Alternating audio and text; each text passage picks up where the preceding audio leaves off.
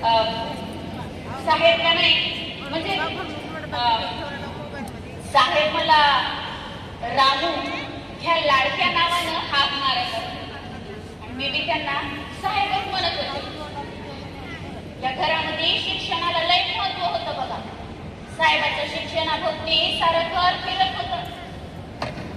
आता एवढ्या शिकल्या सवरलेल्या घरात मी मात्र अडाणी होते. मला तर काय बी लिहिता वाचता येत नव्हतं. पण मी राजा मला आईप्रमाणे सारं काही समजून सांगायचं बघा. रामू,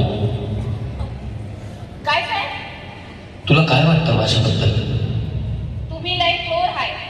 थोर म्हणजे कसं? मला सांगता येणार नाही एवढे थोर आहे.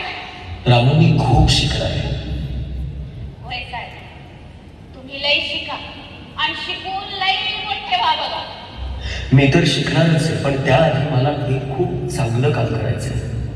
कोणतं काम हो साहेब? रामू, माझी अशी इच्छा आहे की तू आता शिकायला पाहिजे.